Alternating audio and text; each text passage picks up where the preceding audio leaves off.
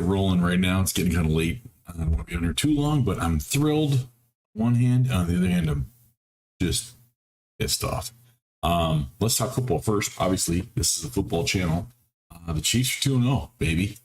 Chiefs are 2-0 and versus two of the best teams in the AFC North, two teams that were expected to contend for the AFC Conference title.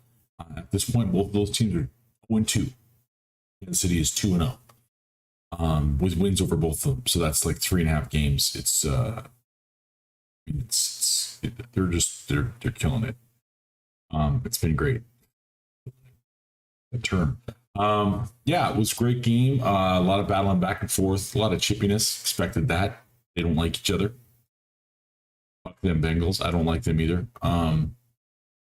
Happy to see our team come out on top. Would like to see Patrick take better care of the football.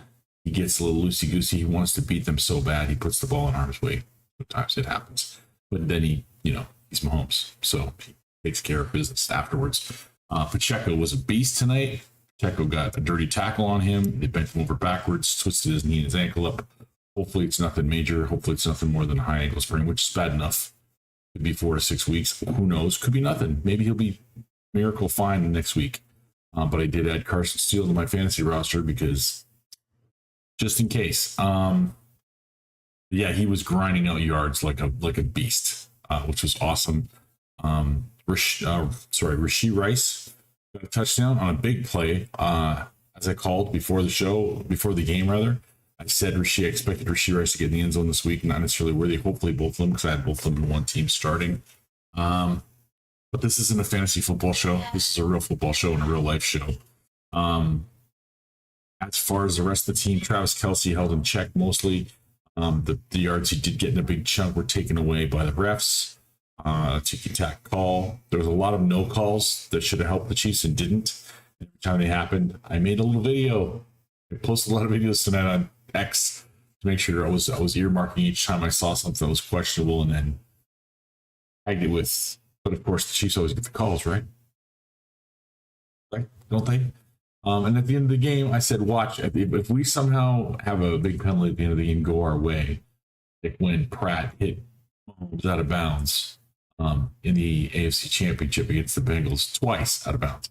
The first one was like 4 yards out of bounds. Even his coach knew it right away. People bitched that the call was made. It's like, so not only do we not always get the calls we should, but when we get a call, it's actually a legit clear penalty. We shouldn't, because it helps us somehow. So we should just be allowed to be teed off upon. It's interesting to me and creepy and gross how it kind of mirrors what I'm seeing in the political realm. I've been left of center my entire life until 2016. In 2016, my party, I was independent technically, but in California, you had to register Democrat if you wanted to vote in the primary. And I was going to vote Democrat that year. Thought, well, they forced her on us, and I'll say her. I'm not going to say anything else because her name doesn't. It's she who shall not be named. You know what I'm talking about. From Arkansas, Razorbacks. Yeah, I was like, what the hell? Why are you forcing this creep on us? This cretin, this creature, this awful, lying, possibly murderous human being who left Marines to die in Benghazi. Why should he be forced upon us? And my friends were like, if you don't vote for her, you're voting for Trump. I was like, well, I'm not voting for Trump. 2016, I was like, I'm not ready to do that. I know the guy from a talk show, not a talk show, a game show, basically The Apprentice, reality game show. And I'm like, I'm not, I knew him for decades before that, watching him on the news being a bit of a douche. Wasn't a big fan. Nothing, not evil, just wasn't a big fan. You could not love somebody, not like their personality, and still not hate them. The two are not exclusive of each other. And I'm sure I'm not going to draw a lot of faces tonight, a lot of names. Feel free to say stuff in the chat. You want to talk politically on this channel, you can. We're going to keep it about football too, but I'm not going to ignore this because here's the thing I thought was interesting. Last time, they didn't say it was what it was initially. They wouldn't admit that it was a shooting, that there was multiple shots that bring it. They said popping noises. Oh, he was ushered off because he fell down. Just a bunch of BS. And for the first hour or so, and then they finally admitted, oh yeah, it was an assassination attempt. Then it was, well, he wasn't really hit in the ear, and I don't see a hole in his ear. Like when you get shot in the ear, it's like a cartoon and a perfectly circular donut hole appears in your ear. Like that's how, like somebody held your ear out like this and said, okay, put it right there, guys, right in the meaty part. No, you winged and it cuts a piece off you and a lot of blood comes out. That's what happened. They try to say it was glass from the teleprompter. Ooh, it's semantics. Who cares? It wasn't glass, it was the bullet. But if it was, what broke the glass in that fantasy world of theirs? A bullet being fired at the president. What killed Corey Compritor, former firefighter? A bullet being fired at the president. He was in the line of fire. Assassin's bullet and was injured. It's called an assassination attempt. And they tried to dumb it down to like, it doesn't really count because he didn't die or he didn't get hit really vitally by a bullet. Like, what are we talking about? What has become of this country? Okay. And tonight, watch the game, and I'm glad I got to watch the whole game. But no, we interrupt this broadcast to let you know this just happened. I found out after because I started scrolling around. I'm like, I saw like, you should all be praying. Whoever's not praying for Trump doesn't care about this country. I was like, what are they talking about? I mean, like, I'm going to vote for him. Not probably. I'm going to vote for him. I can't vote for her, and the other candidates are just, they're nothing right now. It's not like in 2016, Gary Johnson actually had a chance. I want to say a chance, but people weren't going to vote for anything but the major two parties. But it was like a genuine candidate to consider because he'd been a governor several times, and so it is running mate. But this time around, I'm like, people are just, the man was shot at, the man was injured.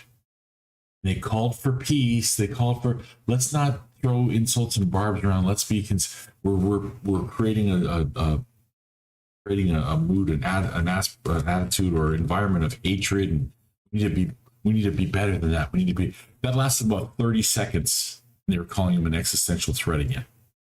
I'm starting to feel like them going on the news and calling him an existential threat is like a set off for Manchurian candidates out there that are just getting ready to like take their next shot. The man was within 500 yards of him with an AK-47. Okay, I'm a good shot. I was a sharpshooter in the military a long time ago, a lifetime ago. But a year before I left LA, I went out with the Marines with my buddy Mike, who's a Marine Corps scout sniper, and I was firing a Mosin Nagant. Mosin Nagant is a 1944 combat rifle. It was used mostly by Soviet Union. And I like the weapon because it's in the movie Enemy at the Gates. If you haven't seen it, it's a really cool story about Stalingrad and everything that happened at war. A battle between two snipers. It's really interesting, really fun to watch. Ed Harris, Jude Law. Check it out. Joseph Fiennes. It was really good. And this rifle is old. This rifle was in packing grease when I got to take it all apart and clean it all off. It probably had never been shot. And I took it to the range and I was shooting polling plates, which are the size of your face. It's supposed to represent a head sticking out of a trench. Okay. From 700 yards out on iron sights without any great difficulty. This guy was within more between 300 to 500 yards with an AK-47. Much more advanced, much more accurate weapon. Thankfully, the Secret Service saw his barrel sticking out of a bush as it was 2 holes ahead of where President Trump was playing on the golf course and fired enough to get rid of him, to get him to scurry him away. I don't know where they were aiming. They didn't hit the man, but I mean, our tactical process was if you see a barrel sticking out of somewhere, you aim, one click above and, about half click to the right of the barrel. You're either going to go just past the side of the head that's, if he's aiming with this eye, it's going to go right here. And if it's in the right spot, you're going to get him right in the forehead. If you want to eliminate the threat, it's not tiddlywinks. We're not playing laser tag. We're trying to protect the former and possibly next president of the United States. But they fired shots that scared the guy away and then caught him later, apparently.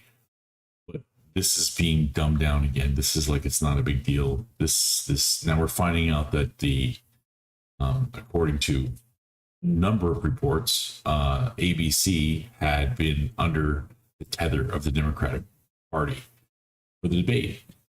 And she was being fed information and they were being steered by the DNC, the hosts, to ask certain questions of Donald Trump and to attack him and to fact check him and not fact check her.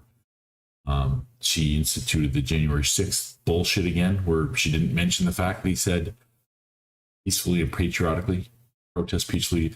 I'm sorry, but if somebody says to go down there and exercise your rights and protest peacefully and patriotically, that's telling you, by the way, don't get stupid, do it right, you exercise your rights, don't get out of hand.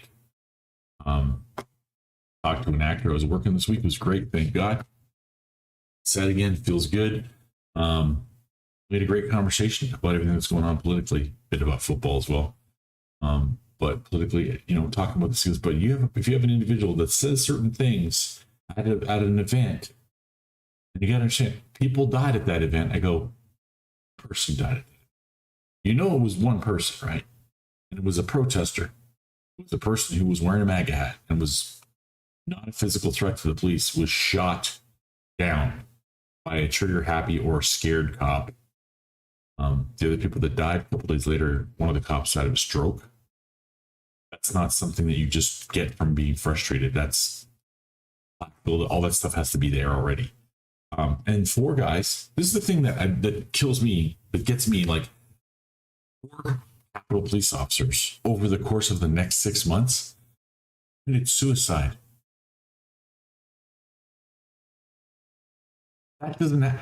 Show me a police force where 4 cops, after a major event, political event that could have been steered and engineered by a certain party or not, or maybe it's nothing, just happen to commit suicide from the same event. Were they 4 guys that were just, I can't handle the stress, I'm not good at my job, I'm going to off myself? Or were they, we can't suppress information. We got to talk. We got to tell people what happened. We got to tell people what went on, because there's a lot of, and I'm not going to sit here, throwing conspiracy hats on people. But there's a lot of suicides linked to the Clintons. There's a lot of suicides linked to the Democratic Party. I tried to ignore it when I was voting on that side because it was frustrating listening to all this stuff. But nobody talks about 4 police officers, like 2 within a month and then 2 more 6 months later or 7 months later committing suicide. But that doesn't happen. Statistical odds on 4 people from any business committing suicide in America within 6 months of each other is got to be astronomical. Just randomly, and this guy, and this guy, and they're all tied to one major political event. And now we know, thanks to Nancy Pelosi's daughter, who was filming a documentary and caught her mother on tape saying that it was her responsibility, the safety of the Capitol that day. And Trump offered 10,000 National Guardsmen, and she and the mayor turned them away. Said, no, we don't need it. We don't want that. He said, I'm just telling you, there's going to be a lot of people there. Things could get a little bit, tense. Might be good to have them there as a show of force. Just keep things peaceable. No, we don't want them. So Nancy, good old Nancy, the insider trading lady, that lady, we talked to her about January 6th and why things got out of hand and why she prevented the National Guard from being in presence. Because a show of force does a really good job a lot of times at just keeping things cool. They're just there. They're not being mean. They don't have riot shields up. They're just there. And you go, you know what? I'm not going to raise this thing because there's like 300 soldiers here with rifles. None of the protesters were armed. They didn't have guns. Do you think Second Amendment truists are going to go and try to overthrow the government and not bring a single weapon, let alone a rifle or nothing? Like nothing. So I'm watching in astonishment as I see all these political comings and goings on, seeing people acting like everything's everything, listening to one psychotic Dem after the next, leftist, progressive, Marxists, whatever you want to call them. They're showing the signs of all of those traits. Profess that, protecting trans rights in Minnesota is important. Protecting this. It's just, what are we talking about? People can't afford their rent. People can't afford groceries. People don't feel safe in the streets in certain towns. Springfield, Georgia campus. There's massive illegal immigration, and one party saying we need to close the border.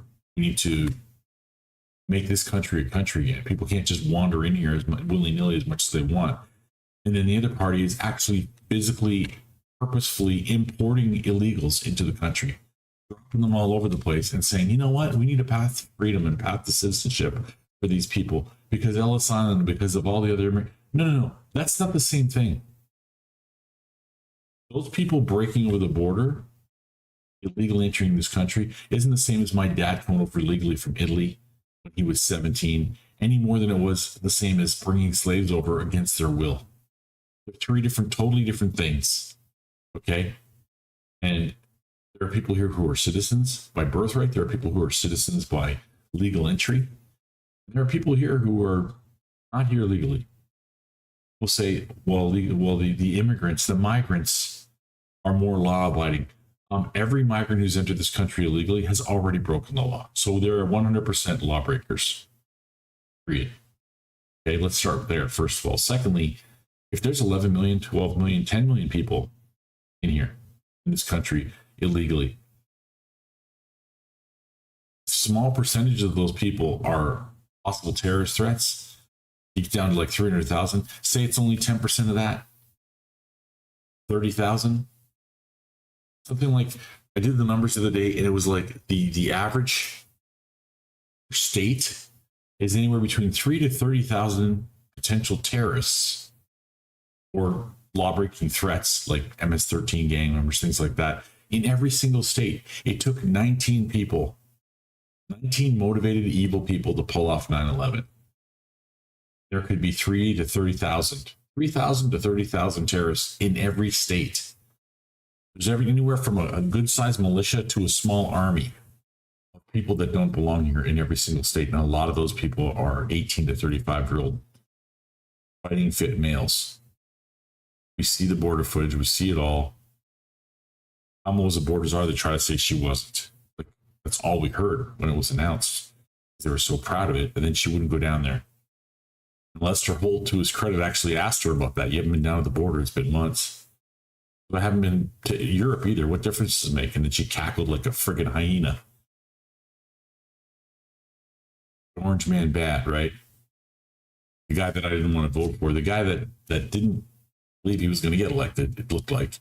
And Fox didn't believe he was going to get elected. And CNN thought for sure she was going to get elected in 2016. And then watching both channels, looking back and forth, going, the maps are showing he's going to win. Like, I don't know what the hell they're talking about, but is there going to be some like last minute turnabout that's going to change everything? Because that last state they were talking about just went red.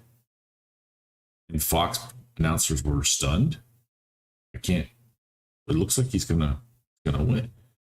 And the other side, CNN was trying to say there must be a mistake, and this has got no, she's still gonna she could still. And then the guy, gray-haired guy, John, I can't remember his last name, but the gray-haired guy does a great job on CNN with the political stuff. Comes on and goes, no, it's Trump's gonna win. Trump's won. The 2016. I'm not talking about 2020. And I watched the reaction and I just listened, and I was frustrated, but I was also not too frustrated because at least she didn't win. I didn't want her in there either. So I was like, well, I had to have one or the other. I'm like, okay, well, it's like when George W. Bush got elected. I didn't want George W. Bush, and I was really frustrated. And like, give me a day or two, and I was like, you know what? He's our president. We gotta back his play. Let's go. Let's try to make the best of it, and let's let them hear our voices and make sure we steer them in the direction we want them to go. And they don't just do whatever they want. And then George did the Iraq War, so he did whatever he wanted, which really sucked and hurt a lot of our people. But when Trump was in, there wasn't any wars. There weren't any wars. Putin kind of sat the fuck down and played nice. He walked across the border in North Korea and got the North Korean dictator to come back across the border to South Korea and talk to him and the leader of South Korea for like an hour, which is insane.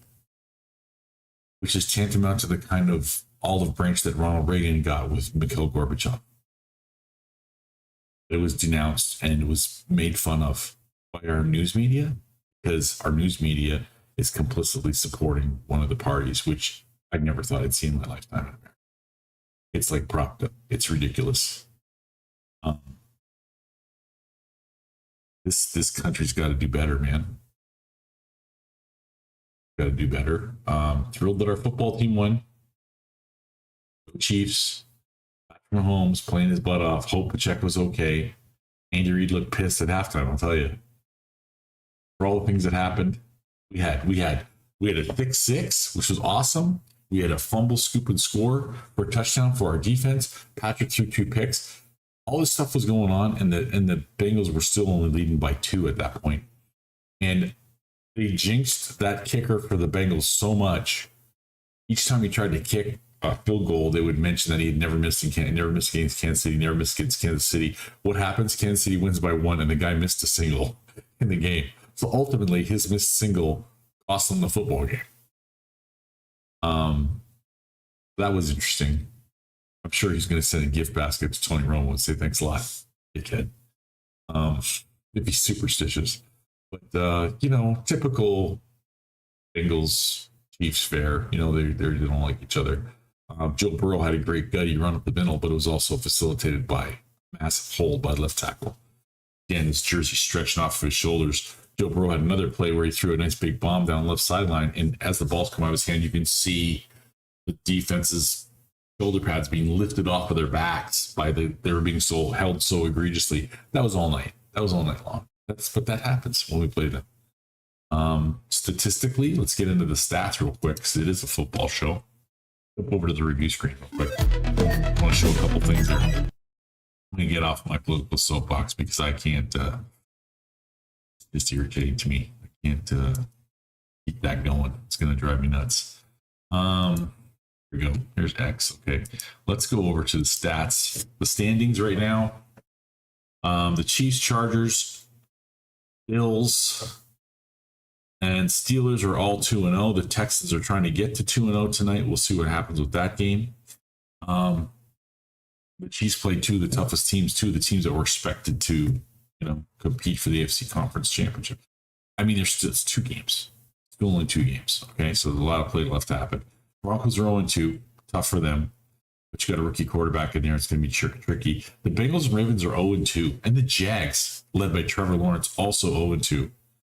Titans and Colts, not shocking that they're 0-2. But those other teams, it's like, man, it's surprising to see that result right now. This appears to be the moment of injury for Chiefs running back Isaiah Pacheco.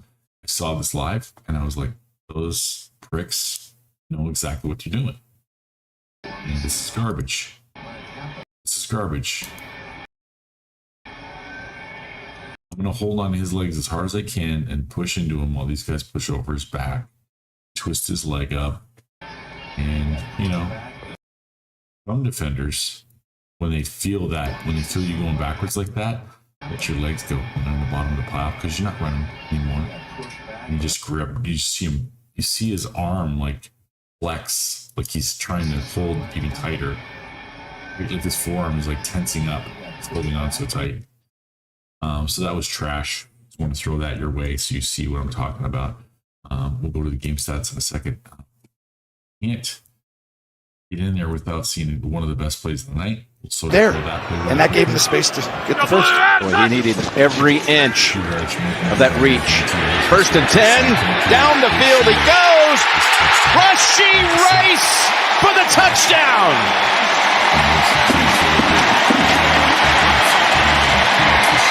Release, watch that right there. He gets Cam Taylor-Britt to bite on that inside move and runs away from. This is a football player through and through. A great job by Rashee right there. And then this is the play at the end of the game where there's people from Cincinnati. Oh gosh, can't even stand her. People from Cincinnati bitching and whining and pissing and moaning. And then Robert Griffin III, who's pretty critical of the Chiefs, getting the benefit of the refs at times, he says. He's one of those guys that's not a big Chief lover. Lots of speculation. He puts capitals, lots of speculation about the Chiefs and the refs out there. But you can't run through a guy's back before the ball gets there and complain when they throw a flag. No question, all capital letters, no question, that's pass interference. He's there early. And here's Rashee Rice getting the call MVS couldn't get last year against the Packers. The one against the Packers was even more egregious. But we saw the replay, and I'm like, he physically hits him in the back of the head and then runs into his back, throw, and then they're complaining about the call happening. Just, you have a right to the ball. You don't have a right to go through guys to get to the ball. That's the end of those videos, and let's go over to the stats for the game. He's won 26-25. Total yards, Bengals got us by a little bit. Passing yards, Bengals almost doubled us. Rushing yards, we more than doubled them. So, like I said last week, the Ravens are going to Raven. You're going to play the Ravens, they're going to outrush you. That's what they do. But beat them anyway, and that's what Patrick and the Chiefs do. Playing against regular teams that don't have Mixon anymore, that don't have Derrick Henry, and all of a sudden, look at that, the Chiefs run the football all over the place. We only had one more first down than they did. Our third down efficiency was horrible, so was theirs, thankfully. We both were 2-2 of fourth down efficiency. They only had 2 more plays than we did. We got their quarterback 3 times. They got ours twice. 2 punts each. The penalty yardage here is interesting because it says 4 for 44, but 2 of those penalties took like 90 yards back off of the Chiefs. So the yards, it doesn't tell the whole tale. Fumbles lost, each team had 1. Archie Seal, of course, had the 1 fumble, and then Joe Burrow's fumble, scoop, and score for us was awesome. And the aforementioned 2 interceptions by Mahomes. Frustrating, but, take Patrick every day of the week. Time of possession was pretty close within a few minutes. It was a good battle. They scored in the third quarter. A lot of teams don't score against us in the third quarter. Spags didn't put the donut on them, or the 3-pointer. That was when they got the touchdown and missed the single, and that cost the football game. It was an entertaining game. Entertaining night. As you can see, I'm getting tired. But it was also a very frustrating night as a patriot and a lover of this country. Because I can't stop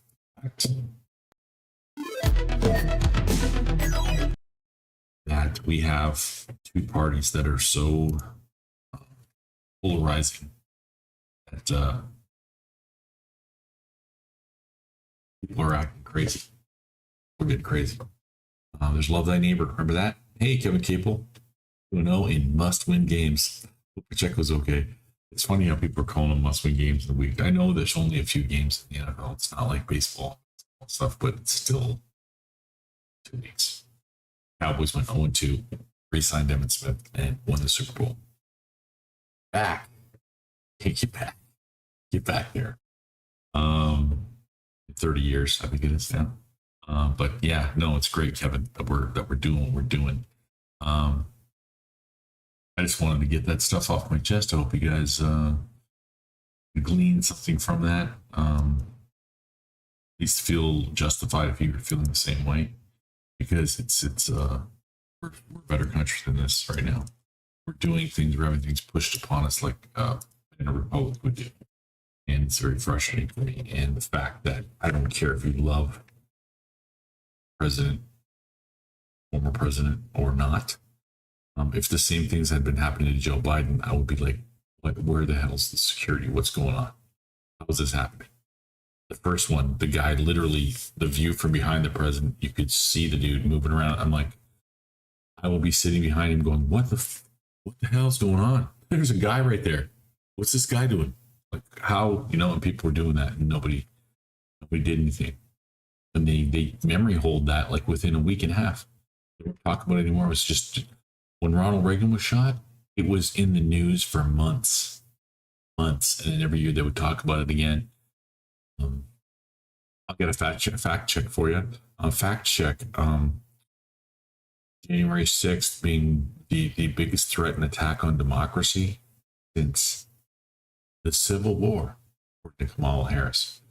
So I guess, 9/11, which was the day after the debate, that's not a big deal, right? To her, 9/11 wasn't a big deal. Thousands of Americans slaughtered. No, okay. All right. And then, we won't even talk about the 13 Americans that were left to die in Afghanistan. Yeah. That wasn't a very democratic situation for those guys. And then, the big one that jumps in my head after that is Pearl Harbor. I mean, assassination of John F. Kennedy, attempted assassination of Ronald Reagan, attempted assassination of President Trump. These things aren't good for democracy either. Now, when Dick Cheney says it's a threat to our democracy, his democracy is different than yours and mine. Because your and my democracy is the right to vote and have your vote counted and have the winning votes, the candidate has the winning votes based on the Electoral College, become the president of the United States. Their democracy is the one that wants to get rid of the fact that we aren't a democracy as such. We are a constitutional republic. And if they can make us a democracy instead of a constitutional republic, then they can peel back your rights. They can take your guns away. They can tell you to shh the words you're saying. Say those words anymore, and you're going to go to prison, like they're doing in England, like they're doing in Australia right now. Canada's already had laws like that in the books. I think I mentioned to you guys that show before. It's a document left the Canadian Armed Forces that said I wouldn't protest against the Canadian government. And if I did, I could be charged by CSIS and by the Canadian government with treason, which is punishable by a firing squad in Canada. There's no capital punishment in fire in Canada unless you're in the military. And if you're in the military, you can't be put in prison by a military tribunal more than 2 years less a day. So just under 2 years, they can put you in prison. Anything longer than that, you got to go through civilian court, except for treason. And they can pull you off the street if you're a former military and charge you with treason, and they can shoot you to death. So that's nice. Just thought I'd give you that little nugget of let's protect our freedom, guys, because we're the only country that's got it. Such that it is. And the only way we keep it is vote with our brains and our hearts, not with party flags. And I like blue. Voting blue because blue. Like that's, I don't like when I watch Bill Maher interview Quentin Tarantino and they're both like Kamala for what, no matter what. No matter what? No matter what? Like, so what, what does that mean? No matter what. You can do anything you want. No matter what, I'm voting for you. Oh, okay. All right. Interesting. So if those powers that be stay in power, then we're never going to see the Jeffrey Epstein lists. We're never going to see any of that stuff. We're never going to see the full unredacted John F. Kennedy fact books and logs. Everybody who was anti-Trump is lining up with Trump now. On the Democratic side, everybody that's got a pulse that's not a total retrobate politician. Robert F. Kennedy Jr. is backing Trump. Tulsi Gabbard is backing Trump. Bernie Sanders basically said Kamala Harris is not what she claims to be. She's what she used to claim to be. She's seeing what she needs to say to get elected. Yeah, duh. No kidding. He wasn't for fracking. I mean, she's against fracking. She'll ban it. No, for fracking. She's against guns. She's going to ban your guns. No, I own guns. Don't ever say that again. How dare you? Gun owner. So is Tim Walz. Really. And yet there's tons of video out there of her saying she's going to ban assault rifles, whatever the fuck that is. Please don't insult me. Insult my intelligence with explaining that it's this kind of weapon that looks this kind of way. No. If you sent our troops overseas with the AR-15s you and I can buy at Big Five, they would get slaughtered because they would only have single repeater rifles. The enemy would have machine guns and mow them down. They're going to be able to fight fire with fire and have that capability in short burst situations, at least. But yeah, it's been a really weird last 6 months. Joe Biden swearing he's never going to step down and getting pushed aside by his own party and then be bitter at the DNC. My God. Come on, man. If I heard that dude just... I pity that guy. Hey, what's up, St. Louis Shots? Good to see you, man. Chiefs win, baby. That's what's up. That's what's up. Anyway, I said I was going to get off this political rant. I'm going to get off of it because it's just, there's no pushing that rock up the hill. Sloppy game for us, for sure, but they couldn't put us away. They can't beat us fair and square, bro. They just can't. That's one of the things I kept saying in my living room. They can't beat us fair and square. They got to try to cheat to win. And they tried to, and they didn't get away with it enough. They got away with a lot. They didn't get away with it at the end of the game. Thankfully, the ref actually called that, threw that flag, because a couple of plays, he took huge chunks of yard away from us. He took an opportunity for Travis away from us. I love the fake throwback. Because they're curious to on the team still, running down that sideline. Travis shoot one guy with that and then almost lost the ball. Great heads up by oh my gosh, what's his last name? Riley, young tight end, where he got the ball stripped and went stripped, and he reached up with his long friggin' spaghetti arms and grabbed it, pulled it back in again. 2 game-ending penalties on us. Yeah, just ridiculous.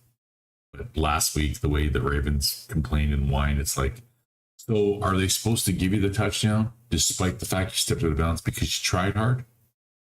Oh, come on, it's close enough. No, it's not. It's out of bounds. And then today, oh, well, you're going to call a penalty there? Well, they called a penalty on us before that. Thanks 2 separate times to stop our drives. Patrick was in will not be denied mode. When he gets that way, you're in trouble. We all know. 3 rings later. We'll see what goes on, as I mentioned earlier today before the show, before the football game started. Will we get Hollywood Brown back? I don't know. It looks like a month's thing, more than a week's thing for sure. We're probably going to miss the full regular season. As long as I don't, got him down for the year, he can be our X factor in the playoffs. Who knows? Even if he's just the most glorified decoy in football, like Gary Swain was for a lot of the game against the Eagles in the Super Bowl. Major punt return he got and a touchdown he got for us. That's it. Wrap. Right? It was McDuffie locking down Chase, as St. Louis Shock said that. You're correct, sir.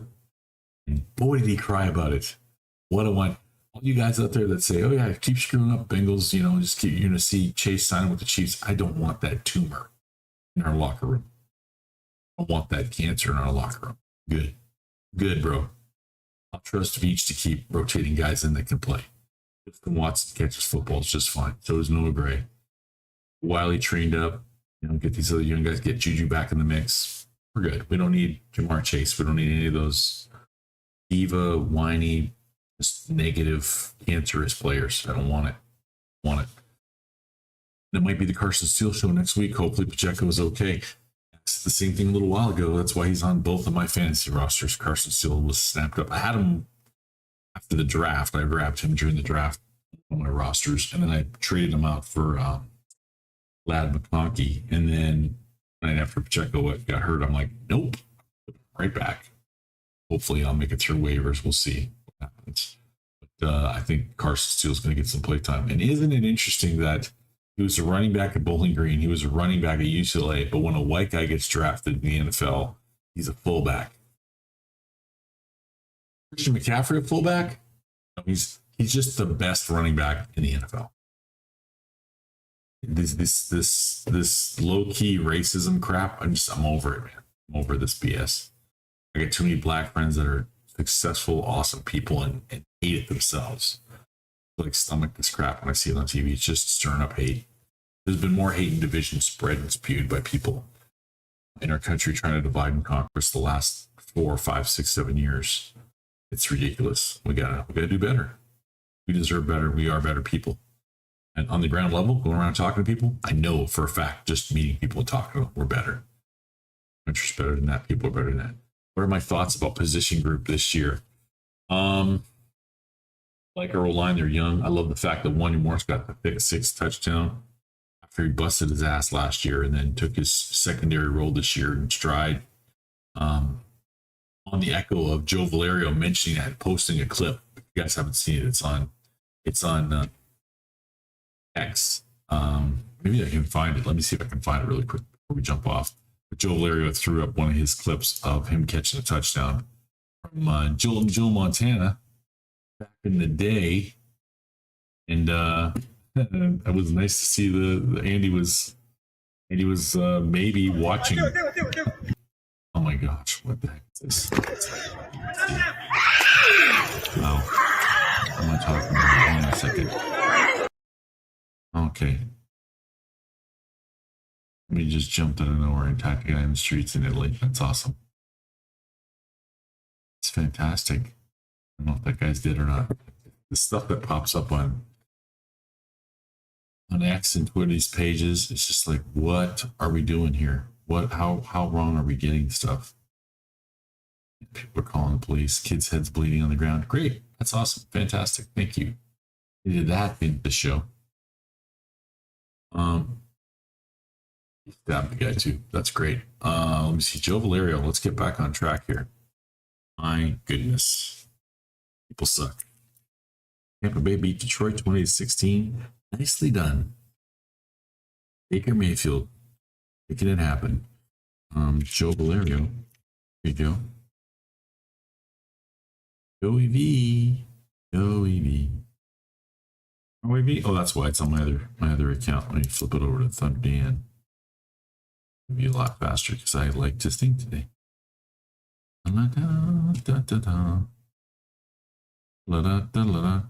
There's Joe's page. I'm going to go down to his video that he shared. I didn't have this one on your bingo card. It says, I bet you Joe Valerio had it on his bingo card. He shared, guys. Let me share it with you right now. Jump over to the video screen again real quick. All right, let's get that up there for you. Why that disappeared? That's interesting. Oh, maybe I closed too many windows. Baby, come on now. Come on. I want to see it. There we go. Boom. Hear that one. Close that on the studio. Go back up here. Let's make it a little bigger for you. I think I can. There I can. Bring it up. There we go. Pick this up. Expect that. Montana kept it. Stop.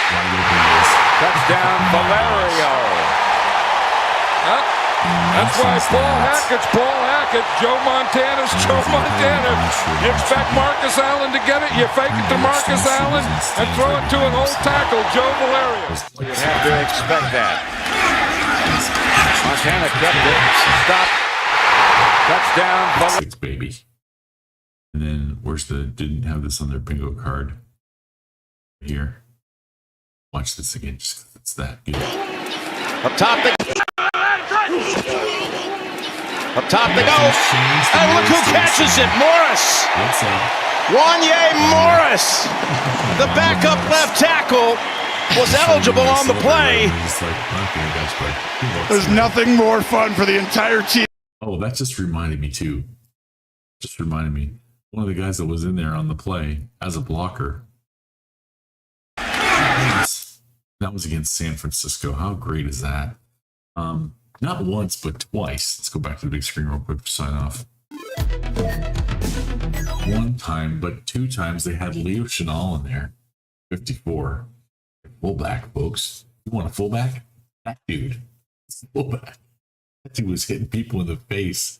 And then he was there as a decoy to block and they threw the ball to Wanye. Patrick only got 2 touchdowns. He didn't get the 3. I was hoping he would get those 2 interceptions. Didn't help those numbers. But who cares? At the end of the day, it's about winning the football game. It's all about the W's, folks. 2-0. 1 group. Plan 2. Football game's still on. Are they taking a knee at the goal line? What's going on?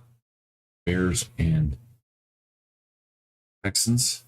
You guys want to let me know in the chat how that's going, that game? If I can read it, you can't, so let me turn that around. Boom. We're on pace to run it back. Let's go, Chiefs. Let's go. 2-0. Good start. Great start. We'll be back later this week. I'm going to hopefully get Chris White on here at German Chiefs UK. We'll talk some football. Until then, guys, thanks for coming in tonight. Thanks for chiming in on the chat. And then Adam, anybody, the guys that were lurking back there, tolerating my political rant. Appreciate you as well. There's going to be more stuff coming on my other channel, my Bosco channel. Check it out if you haven't already. But until then, by the way, if you missed it, Adam, I booked a job this week. I was on set for, well, I can't go into details, but it was a lot of fun. And will lead to more stuff too, because there's some cool people that I worked with that want to work with me again. So hopefully your boy's going to get busy, and that'll mean trips. That'll mean a chance to get to KC for a game again this year, and hopefully get to meet some of y'all. And oh yeah, we still got to do the shoe thing, the shoe draw. I'm going to do a shoe draw for the Nike Chief shoes that I have. I'll present the shoes again this week. We'll put the link up for the if you want to get considered. Just donate $5 at Venmo at Thunder88. That's your ticket. Just donating $5 is your ticket, and let me know you did it in the Venmo. Make sure I know what your Venmo name is. I'll put your name. We're going to put them in a hat. About a week from now, we're going to do the draw. Yeah, and somebody some cool kicks. All right. Meantime, guys, have a good night. Have your sleep. Enjoy Monday Night Football tomorrow, and until the next time I talk to you guys, go Chiefs. Go America.